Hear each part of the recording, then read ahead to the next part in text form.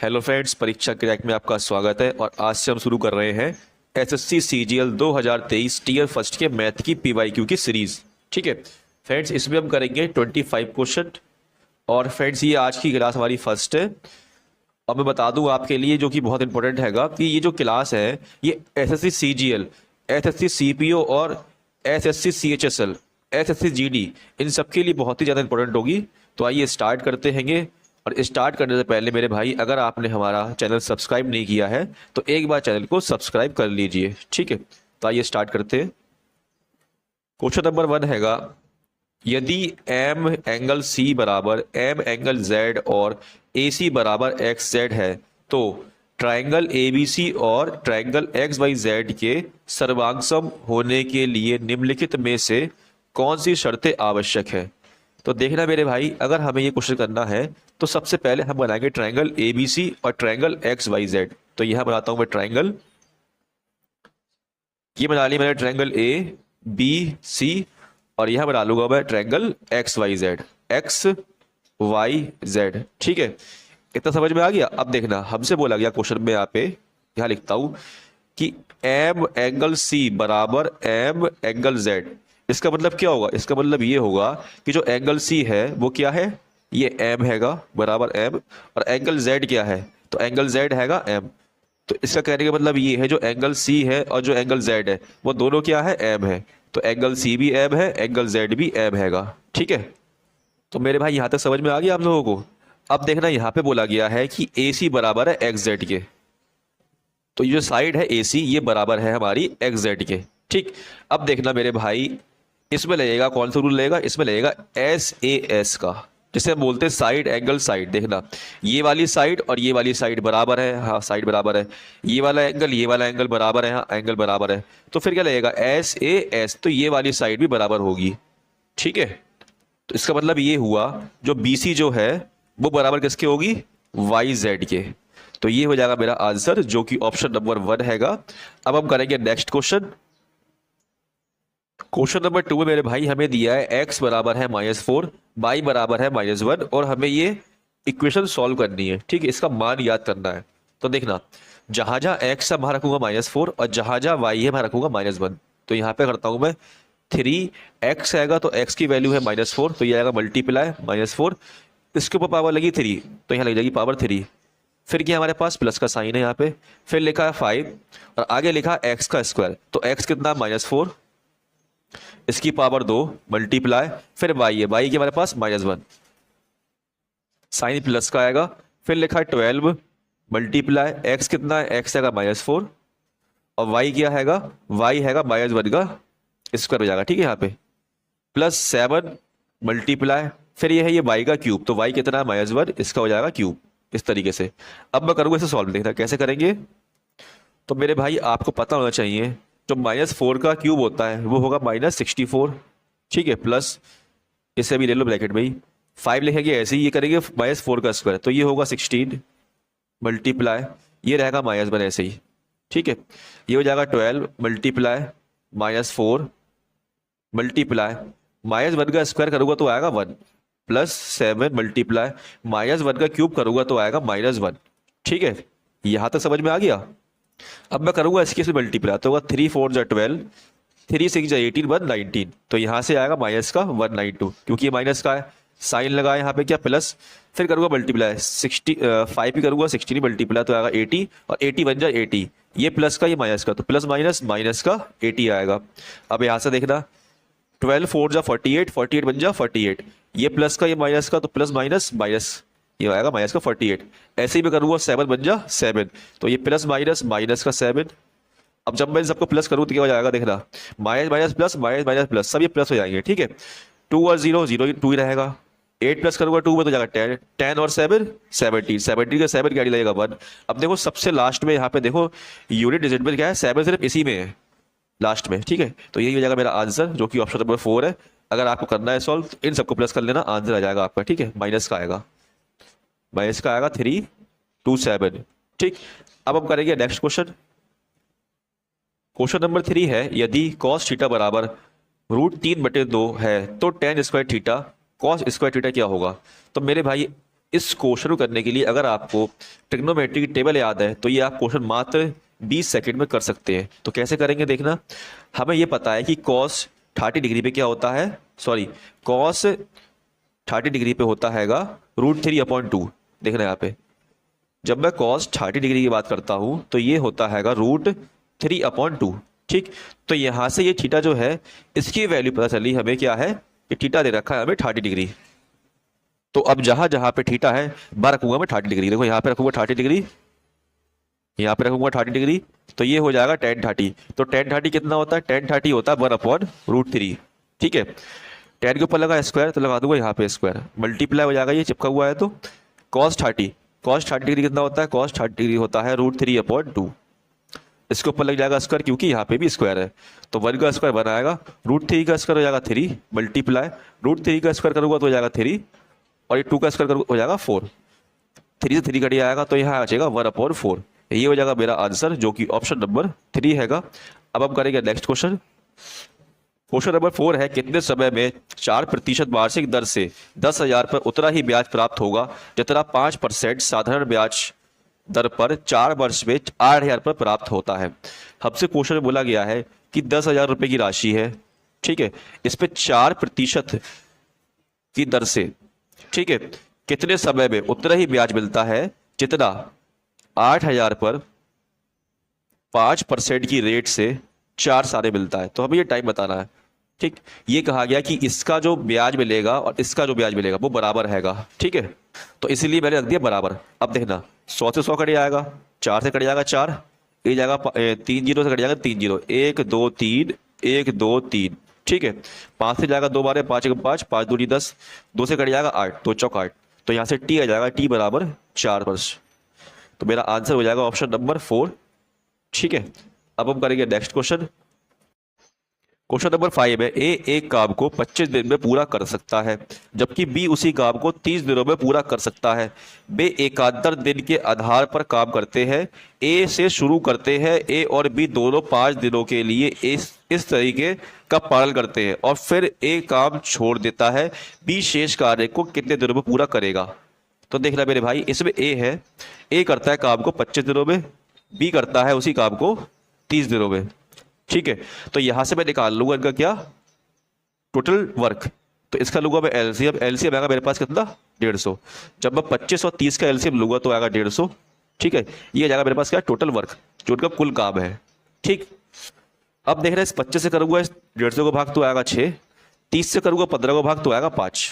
ये आ गई ए की एफिशिएंसी, ये आ गई बी की एफिशिएंसी। ठीक है, देखो इसमें ये कहा गया है कि जो ए हैगा वो एक दिन में कितना काम करेगा, 6 काम करेगा। ठीक है, और जो बी जो है, बी एक दिन में कितना काम करेगा, 5 काम। तो ये दोनों लोग ये काम कर रहे हैं एकांतर, एक दिन काम करेगा ए, एक दिन करेगा काम बी। ठीक है, ये ए काम करेगा फिर बी करेगा, तो ऐसे 2 दिन में दोनों लोग काम कर देंगे 11। ठीक, और हमसे बोला गया है कि ये 5 दिनों के लिए काम करते हैं इसी तरीके से एकांतर। तो देखना 2 दिन और काम करेंगे तो फिर 2 दिन में कर देंगे 11 काम। फिर अगले दिन क्या होगा, ए आएगा। ठीक है, ए आएगा, ए एक दिन में करेगा 6 काम। ऐसा क्यों आएगा, क्योंकि बोला गया ए काम को शुरू करता है, जब ये बी खत्म करेगा तो बी के बाद ए आएगा, तो जब ए आएगा तो ए एक दिन में 6 काम करता है। तो देखना यहां से होगा 2 2 4 और 5, ये होगा 5 दिन। अब 5 दिन में काम कितना होगा, 11 दूनी 22, 22 अच्छे 28, 28 काम हो गया। ठीक है, 5 दिन में हो गया 28 काम। काम है कितना, 150। तो 150 में से मैं ये 28 माइनस करूंगा, 1 मिनट यहाँ पे गलत हो गया, 150 में से मैं 28 माइनस करूंगा तो मेरे पास कितना काम रह गया, तो काम रह गया यहाँ पे 2, यहाँ आ जाएगा कितना 2, यहाँ आ जाएगा 122 काम बचा है, बाकी है। फिर बोला है कि ए काम को छोड़ देता है। अब क्या कर रहा है कि ए काम को छोड़ देगा, ये जो काम बचा बाकी ये करेगा कौन, बी करेगा।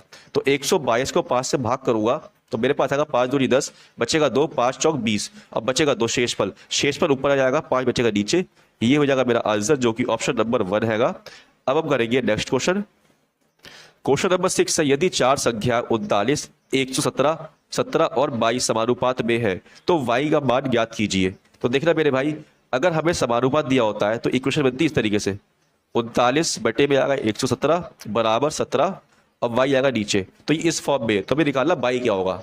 तो देखना 39 से कब 39, 39 दिया होता है 117, y की हो जाएगी ऊपर जाके गुणा, 3 की हो जाएगी यहाँ पे गुणा। ठीक, क्रॉस मल्टीप्लाई हो जाएगी तो जाएगा y बन जा y, और 73 होता है कितना 51। तो y की वैल्यू कितनी है मेरे पास यहाँ पे 51, जो कि ऑप्शन नंबर 2 है। अब हम करेंगे नेक्स्ट क्वेश्चन। क्वेश्चन नंबर 7 है मेरे भाई। अपनी यात्रा के एक भाग के रूप में एक व्यक्ति 80 किलोमीटर की चाल से 120 किलोमीटर की यात्रा करता है। अगले 100 किलोमीटर की यात्रा 40 किलोमीटर घंटे की चाल से करता है और 75 किलोमीटर की चाल से प्रारंभिक स्थान पर वापस आता है। तो पूरी यात्रा में व्यक्ति की औसत चाल लगभग क्या है? तो देखना मेरे भाई, कभी भी हमें क्वेश्चन करना पड़ता करते हैंगे तो सबसे पहले हम क्वेश्चन पढ़ते हैं अच्छे से। अगर क्वेश्चन हमारी समझ में आ जाता है तो क्वेश्चन बहुत ही जल्दी हो जाता है, आसानी से हो जाता है। तो देखते हैं कैसे वो क्वेश्चन जी। एक व्यक्ति है इस क्वेश्चन में जो कि 120 किलोमीटर की दूरी, यहां से लेके मैंने मान लिया यहां तक है 120 किलोमीटर की दूरी, ठीक है, वो तय करता है 80 किलोमीटर घंटे की चाल से, 80 किलोमीटर घंटे की चाल से, ठीक है। फिर आगे है 100 किलोमीटर की दूरी, ये है 100 किलोमीटर की दूरी, ठीक है। इसे पार करता है 40 किलोमीटर घंटे की चाल से, 40 किलोमीटर घंटे की चाल से। तो हमारे पास यहां से लेके यहां तक टोटल डिस्टेंस कितना आ जाएगा? तो मैं इसे कर दूंगा प्लस 120 और 100 हो जाएगा 220। तो यहां से आ गया 220 किलोमीटर। फिर ये बोला गया है कि 75 किलोमीटर घंटे की चाल से प्रारंभिक स्थान पर वापस आता है। तो यहां पहुंच गया है। फिर यहां से वापस आएगा कितनी चाल से? 75 किलोमीटर घंटे की चाल से वापस आता है, ठीक। अब बता रहा मुझे उसकी एवरेज स्पीड क्या होगी। तो देखना मेरे भाई, यहां से सबसे पहले निकालूंगा मैं टाइम। तो टाइम का फॉर्मूला क्या होता है? डिस्टेंस अपॉन स्पीड, यही होता है ना। तो देखना यहां से इसका डिस्टेंस है 120 और हमें टाइम दिया है 80, सॉरी स्पीड दी 80 किलोमीटर घंटा, प्लस यहां पे दे रखा है इसमें क्या डिस्टेंस 100 किलोमीटर और हमें टाइम दिया है 40। और फिर यहां से लेके यहां तक पूरा वापस आ रहा है, यहां से लेकर के तो 220 किलोमीटर की दूरी तय करेगा। और स्पीड कितनी है यहाँ पे इसकी? यहाँ पे स्पीड है इसकी 75 किलोमीटर। तो देखना अब मैं काट लेता हूँ उसके लिए। देखो 0 0 कट जाएगा, ये जाएगा 4 से, 4 दूरी 8, 4 दिया 12, ये कट जाएगा 0 0, 2 दूरी 4 और 2 पंजे 10, और यहाँ कट जाएगा 5 से, 5 एकम 5, 5 25, 5 चौक 20, 5 चौक 20। तो देखना मेरे भाई यहाँ पे 2 2, यहाँ पे 15, तो देखना यहाँ 15 हैगा, ठीक है। तो अब मैं यहाँ लिखा है 2, यहाँ लिखा है 2, तो यहाँ ले लूंगा इनका एलसीएम। तो एलसीएम क्या आएगा? 15 2 2 का ये आएगा एलसीएम 30, ठीक है। ये आ गया एलसीएम। अब मैं इस 2 से भाग करूंगा 30 को, तो मेरे पास आएगा 15, 15 कर दूंगा ऊपर घोड़ा 3 में जाएगा, 15 45, ठीक, प्लस का साइन आएगा। ऐसे ही 2 से भाग करूंगा 30 को तो आएगा 15, 15 के ऊपर घोड़ा 5 में तो जाएगा 75। ऐसे ही 15 से भाग करूंगा 30 को 2 आएगा, 2 के ऊपर घोड़ा तो जाएगा 88। अब सबको जोड़ दूंगा ऊपर, जब मैं सबको जोड़ूंगा तो 8 5 हो जाएगा 13, 13 और 5 हो जाएगा कितना? 8 5 13, 13 और 5 18, 18 का 8 हासिल लेगा 1, 8 9, 9 और 7 16, 16 और 4 20, ऊपर आ जाएगा 208, नीचे कितना आएगा 30, ठीक है। ये आ गया इसका टाइम। हमें निकालना एवरेज स्पीड। तो देखना मेरे भाई, टोटल जो डिस्टेंस है वो कितना है? देखो 220 तो यहां से यहां तक कितने तय किया है, फिर 220 ये वापस आया है, तो 220 तो यहां गया, फिर 220 वापस आया, तो टोटल डिस्टेंस कितना हो गया मेरे पास? टोटल डिस्टेंस हो जाएगा मेरे पास 220 220 440, ये जाएगा डिस्टेंस। हमें निकालना क्या? Average speed. तो स्पीड का फॉर्मूला क्या होता है मेरे भाई? स्पीड का फॉर्मूला होता है हमारे पास डिस्टेंस अपॉन टाइम। तो डिस्टेंस कितना है टोटल? 440, टोटल टाइम कितना आया है? 208 बटे 30 हो जाएगा। ये 30 पहुंच जाएगा ऊपर, ये बन जाएगा इस तरीके से 440 बटे में 208, ये पहुंच जाएगा ऊपर 30 यहाँ पे। तो देखना मेरे भाई, जब आप इसको सॉल्व करोगे, यहाँ मल्टीप्लाई करोगे इसके लिए और 208 से डिवाइड करोगे तो मेरे पास आएगा अप्रॉक्स 63.46, ये हो जाएगा आंसर। आप करके खुद देखना इसके लिए, ठीक है। अब हम करेंगे नेक्स्ट क्वेश्चन।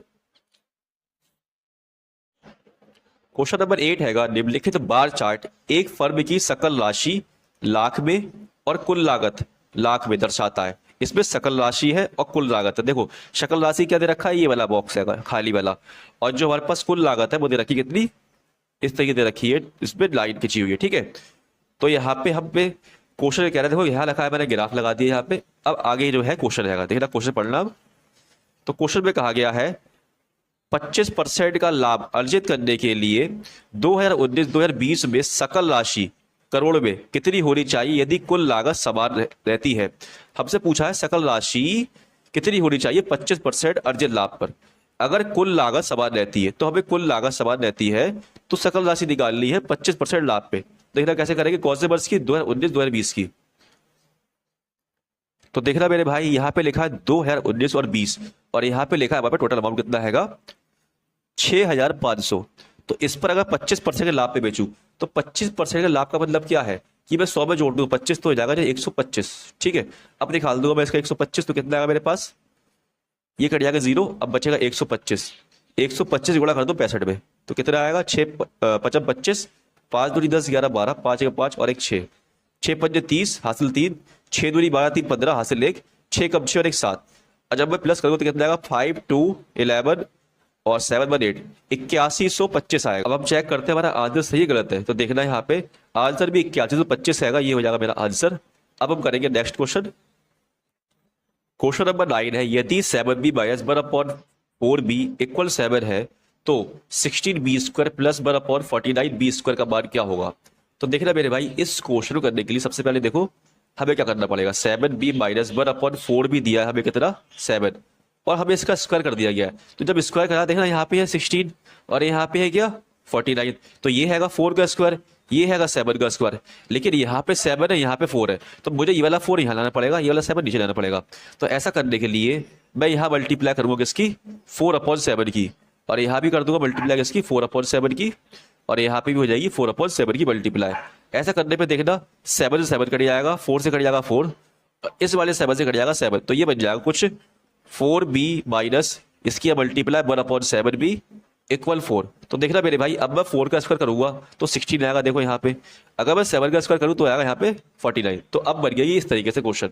तो मुझे यहाँ पे देखो इससे पहुंचना है कहाँ पे, इस वाले पे, तो मुझे करना पड़ेगा स्क्वायर। तो इसे कैसे करते हैं क्वेश्चन को, तो ये जो नंबर दे रखा 4, इसका करूंगा मैं स्क्वायर, और देखो यहाँ साइन माइनस का, यहाँ है प्लस का, तो माइनस प्लस का लिखे करेंगे यहाँ पे, यहाँ करेंगे प्लस, यहाँ लिखूंगा 2 और मल्टीप्लाई कर दूंगा, ये जो मल्टीप्लाई करा है मैंने 4/7 से, तो ये हो जाएगा यहाँ मल्टीप्लाई इस तरीके से। तो देखना 4 का स्क्वायर क्या होगा 16 होगा, प्लस 2 4 जो हो जाएगा 8 अपॉन में जाएगा 7, 16 में जाएगी 7 की मल्टीप्लाई कितना हो जाएगा 16 7 जा 112 प्लस 8 अपॉन 7। जब मैं प्लस करूंगा इसके लिए तो मेरे पास आएगा 120 बटे में 7, तो ये हो जाएगा मेरा आंसर जो कि ऑप्शन नंबर 1 हैगा। अब हम करेंगे नेक्स्ट क्वेश्चन। क्वेश्चन नंबर 10 है, यदि साइन a प्लस बी दे रखा है 1 और कॉस a माइनस बी दे रखा है 1/2, तो a का मान ज्ञात करें। देखना भाई ये क्वेश्चन कैसे होगा, a प्लस बी, देखो साइन की वैल्यू कब 1 होती है, तो साइन की वैल्यू होती है 90 डिग्री पे क्या 1 होती है। ऐसे ही कॉस की वैल्यू जो है वो क्या होता है 30 डिग्री पे क्या होती है, सॉरी कॉस की वैल्यू 60 डिग्री पे होती है 1/2, ठीक। तो यहां से पता चला हमें जो a प्लस बी है इसकी वैल्यू क्या है 90 डिग्री, और जो कॉस a माइनस बी है, जो a माइनस बी है इसकी वैल्यू है 60 डिग्री, ठीक है। तो मुझे निकालना a, कभी भी ऐसी क्वेश्चन बनती है एक जगह प्लस है एक जगह माइनस है और हमें a निकालना है, तो हम इन दोनों को प्लस करेंगे 90 और प्लस 60 को, और डिवाइड कर दूंगा 2 से, तो यहां से मेरे पास आएगा 150 अपॉन 2, जब मैं डिवाइड करूंगा इसके लिए 2 से तो आएगा 75 डिग्री। तो ये हो जाएगा मेरा आंसर जो कि ऑप्शन नंबर 3 हैगा। अब हम करेंगे नेक्स्ट क्वेश्चन। क्वेश्चन नंबर 11 है, 900 मीटर लंबी एक ट्रेन 108 किलोमीटर घंटे की चाल से चल रही है, तो 900 मीटर लंबे प्लेटफॉर्म को पूरी तरह से पार करने में ट्रेन का कितना समय लगेगा। देखो हमें इसमें दे रखी है ट्रेन की डिस्टेंस, ठीक है।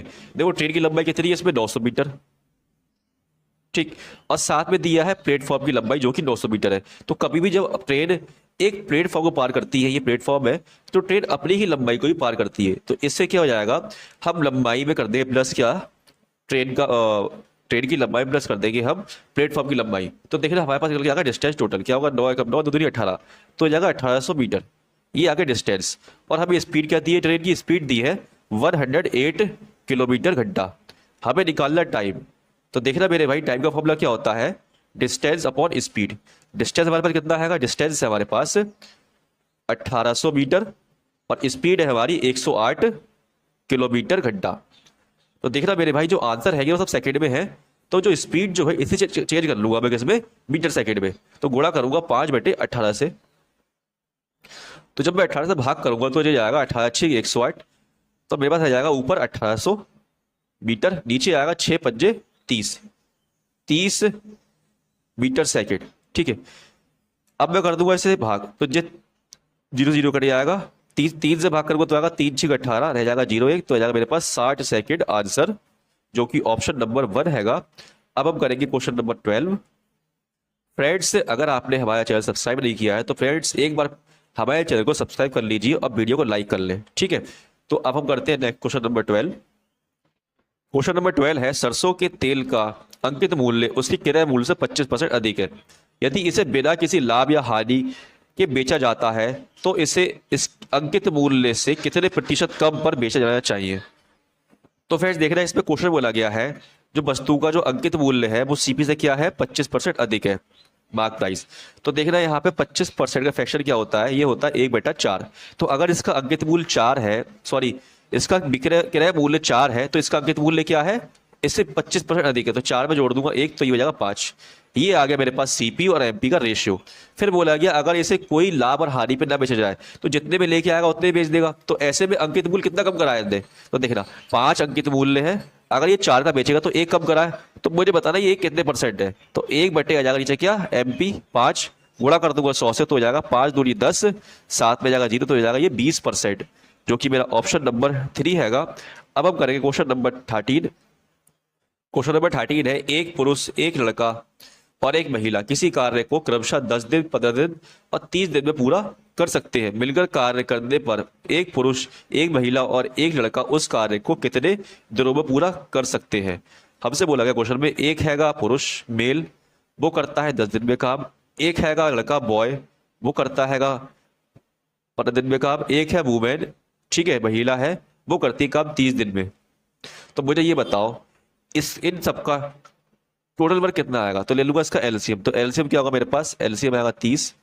अब मैं निकालूंगा इसकी मेल की एफिशिएंसी, तो 10 से करूंगा भाग 30 को तो आएगा 3, 15 से करूंगा भाग 30 को तो आएगा 2 और 30 से करूंगा भाग 30 को तो हो जाएगा 1। ये आ गई मेरे पास मेल की एफिशिएंसी, ये आ गई बॉय की और ये आ गई वुमेन की। तो मुझे बताओ कि ये तीनों लोग मिलकर इस काम को कितने दिन में करेंगे। तो देखो 3 2 5 और 1 6, तो इन सबकी एफिशिएंसी कितनी हुई 6 हो गई।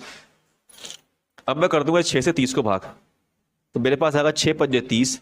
तो ये सब लोग करेंगे 5 दिन में काम मिलकर, ठीक है ये हो जाएगा मेरा आंसर। अब हम करेंगे क्वेश्चन नंबर 14।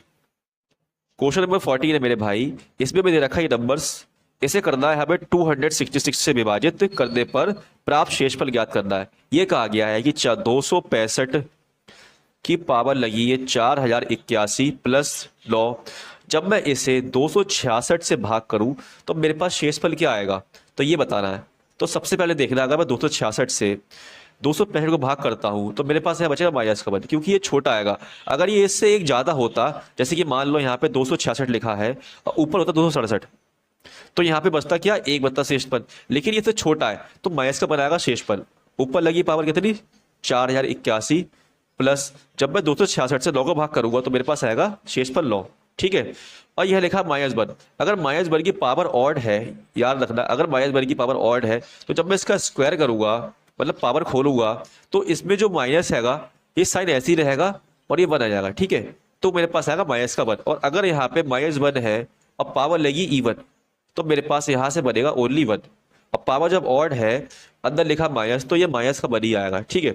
तो यहाँ से माइनस का 1 आएगा, प्लस 9 तो 9 ही है, प्लस माइनस होता माइनस, 9 में से बन जाए 9 में से बन जाएगा तो बचेगा 8। तो ये हो जाएगा मेरा आंसर, जो कि ऑप्शन नंबर 4 हैगा। अब हम करेंगे next question, question number 15 friends. ये एक फॉर्मूला हैगा उसके बेस पे होगा, जो फॉर्मूला क्या होता हैगा a plus B plus C का होल स्क्वायर, ठीक है। A square plus B square plus C square plus 2ab plus B C plus C A. तो हमें ये फॉर्मूला खोलना पड़ेगा तब होगा, ठीक। देखो हमें a प्लस बी प्लस सी की वैल्यू दी है 16, तो यहाँ आ जाएगा 16 का square equal A square plus B square plus C square कितना दिया है हमें यहाँ पे दिया 90 प्लस 2, और हमें ये वाली इक्वेशन निकालनी है, ये दे रखा है, ठीक है। तो देखना 16 का स्क्वायर होता है 256, 90 यहाँ उठ के हो जाएगा आएगा तो हो जाएगा माइनस का, ये यहाँ मल्टीप्लाई में तो आगे हो जाएगा 2 डिवाइड में। अब सॉल्व कर दो, जब मैं माइनस करूंगा 256 में 90 कितना आएगा मेरे पास, यहाँ से आएगा मेरे पास 16 और 6 166 आएगा यहाँ पे, और जब मैं डिवाइड करूंगा 2 से तो आएगा 2 8 16 2 3 6, मेरे पास आएगा यहाँ पे 83। ये हो जाएगा मेरा आंसर, जो कि ऑप्शन नंबर 3 हैगा। अब हम करेंगे नेक्स्ट क्वेश्चन। क्वेश्चन नंबर 16 है, एक दुकानदार नीचे दी गई 2 छूट संबंधी योजनाओं की पेशकश करता है। तो पहली छूट है इसमें 3 वस्तुओं की खरीद पर 4 वस्तु मुफ्त पाएं। दूसरी छूट है इसमें 5 वस्तुओं की खरीद पर 6 वस्तु मुफ्त पाएं। और फिर हमसे क्वेश्चन पूछा गया है किस योजना में छूट प्रतिशत अधिकतम है। तो देखना मेरे भाई, इसमें जो ए योजना है इसमें कह रहा है कि 3 वस्तुओं खरीद पर 4 वस्तु मुफ्त पाए। वस्तु है कितनी टोटल 3 और 4 7, 7 लिख दूंगा नीचे। और कितनी मुफ्त मिल रही, मुफ्त मिल रही है 4, तो 4 आ जाएगा ऊपर, गुणा करूंगा 100 से क्योंकि मुझे निकालना है प्रतिशत में।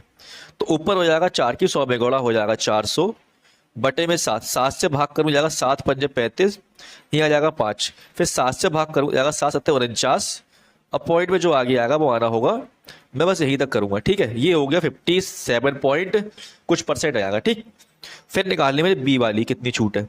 बी में वस्तु कितनी है, 5 और 6 11, 11 वस्तुएं हैं, 11 वस्तुओं में से 6 वस्तुएं मुफ्त है। ठीक, आ गए ऊपर, गुणा करूंगा 100 से तो ऊपर बन जाएगा 600 बटे में आ जाएगा 11।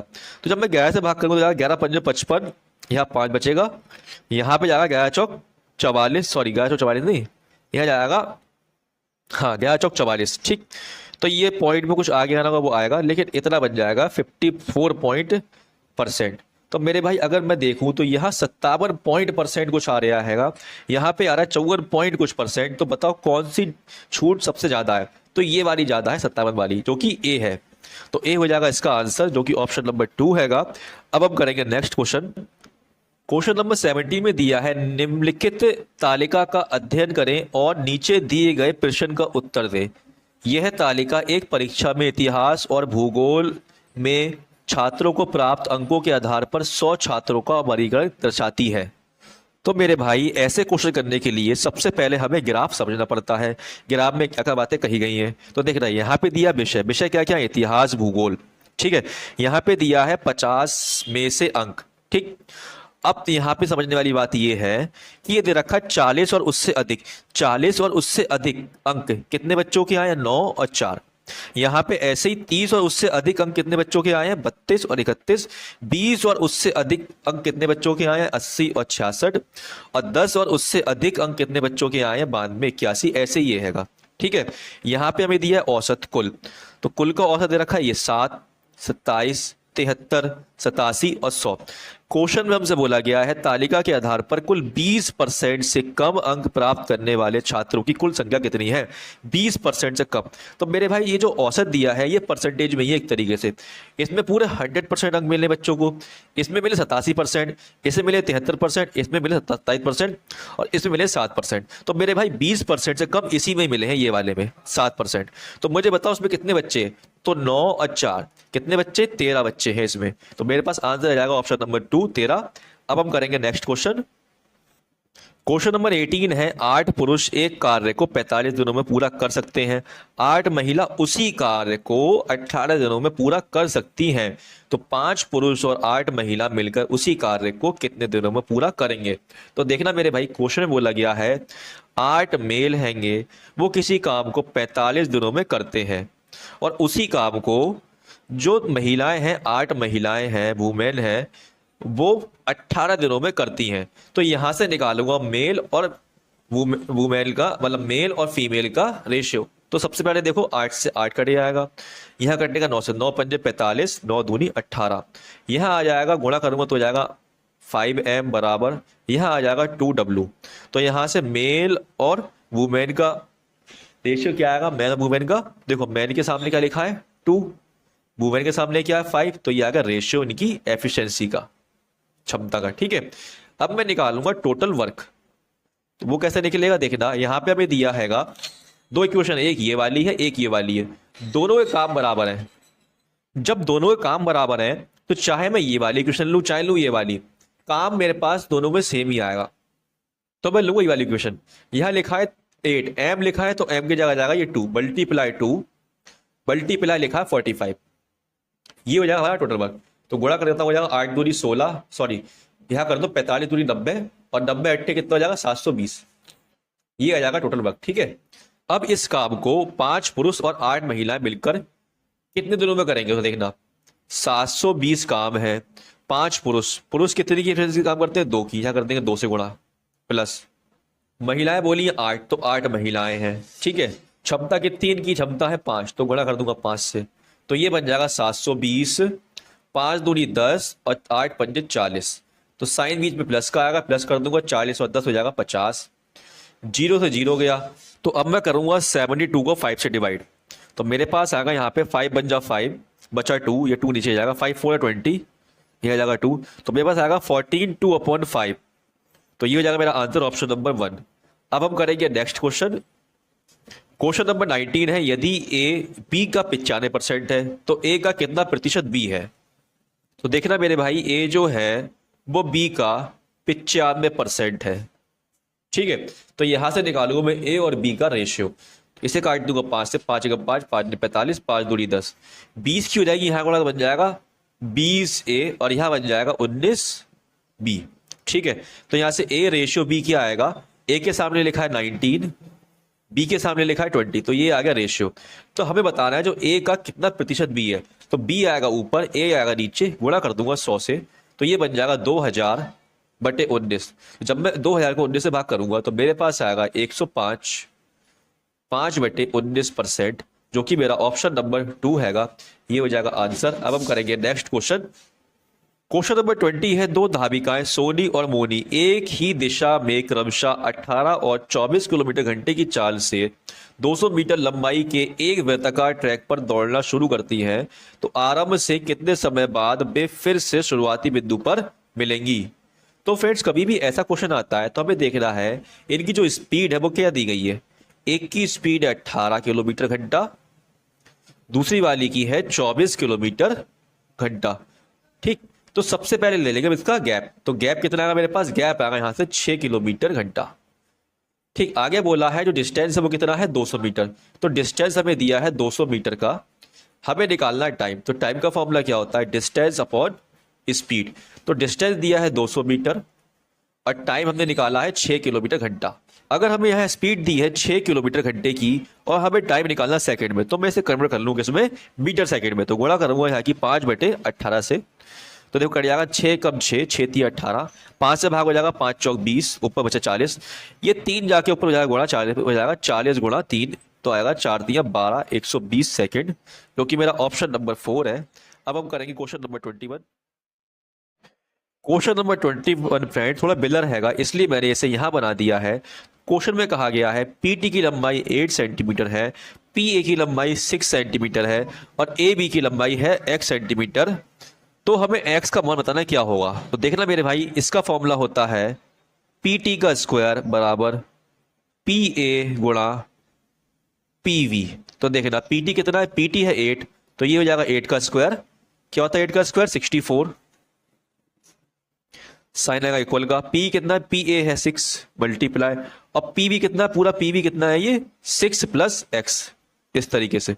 तो ये हो जाएगा 64 इक्वल 6 6 जा 36 प्लस 6 की x से मल्टीप्लाई हो जाएगा 6x, 36 जाएगा भाव के हो जाएगा 64 - 36 इक्वल 6x।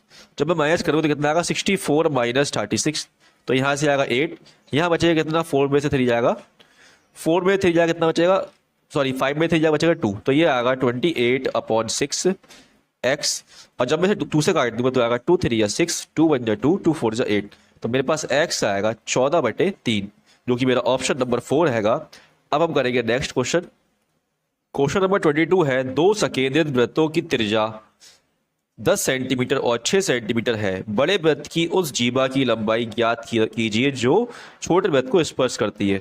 तो फ्रेंड, सबसे पहले आपको यह समझना है सकेंद्री वृत्त होते क्या है। सकेंद्री वृत्त उन्हें बोलते हैं जिन वृत्त का केंद्र दोनों का समान होता है, ठीक है। अब मुझसे ये बोला है कि बड़े वृत्त की जीवा निकालो जो छोटे वृत्त को छू रही, इस तरीके से ये इसकी लंबाई निकालना है हमें, ठीक है। तो देखना यहाँ पे छोटे वृत्त की त्रिज्या दी है 6 सेंटीमीटर, ये यहाँ से लेके यहाँ तक 6 हो जाएगा। अब बड़े की दी है कितनी 10 सेंटीमीटर, तो यहाँ से लेके हो जाएगी 10, तो यहाँ से मैं निकालूंगा इसकी वैल्यू। तो मेरे भाई अगर आपने ट्रिपलेट पढ़े होंगे, ट्रिपलेट होता हैगा 3 4 5, ठीक। तो देखना यहाँ पे जो ये होगा हमारा हाइपो, और इसमें ये दे रखा है हमारा बेस, ओ सॉरी परपेंडिकुलर, और ये दे रखा है बेस, ठीक है। तो यहाँ पे देखो हाइपो 5 में 2 टाइम है 10 है, यहाँ पे जो अपना परपेंडिकुलर है वो भी 2 टाइम है 6 है, तो जो इसका बेस होगा वो भी 2 टाइम होगा, 4 दूनी 8, ये 8 आ जाएगा। तो यहाँ से लेके यहाँ तक हो गया 8, हमें निकालने पूरे की लंबाई, तो यहाँ से लेके यहाँ तक भी क्या होगा 8 होगा, तो 8 और 8 कितना हो जाएगा 16। तो मेरे पास जो जीवा की लंबाई आ जाएगी वो आ जाएगी 16 सेंटीमीटर, जो कि ऑप्शन नंबर 4 है। अब हम करेंगे नेक्स्ट क्वेश्चन। क्वेश्चन नंबर 23 है, ये हमें नंबर्स दे रखे हैं कुछ, ये कहा गया है कि निम्न में से किस संख्या से विभाज्य है। ठीक है, तो सबसे पहले मैं करूंगा इसे सॉल्व। तो कैसे करूंगा सॉल्व, देखना। सबसे छोटी पावर दी यहाँ पे 6 की पावर 25, तो ये ले लूंगा बाहर है मैं इस तरीके से। यहाँ पे रह जाएगा अंदर क्या 1, यहाँ पे देखो पावर लगी 26, 25 मैंने बाहर ले लिया, कितना रहेगा मेरे पास, एक रह गया 6 की पावर 1, प्लस यहाँ पे 27 है, 25 बाहर ले लिया तो रह जाएगा 6 की पावर 2, यहाँ पे 28 है, 25 बाहर ले लिया तो रह जाएगा 6 की पावर 3। तो देख रहे मेरे भाई, यहाँ बन जाएगा 6 की पावर 25, यहाँ 1 आ जाएगा, 6 की पावर 1 होगा 6, प्लस 6 की पावर 2 कितना होगा 36, और 6 की पावर 3 होता है 216। अब जब मैं इन सबको प्लस करूंगा तो क्या हो जाएगा मेरे पास, यहाँ से लेके यहाँ तक ये आ जाएगा 259।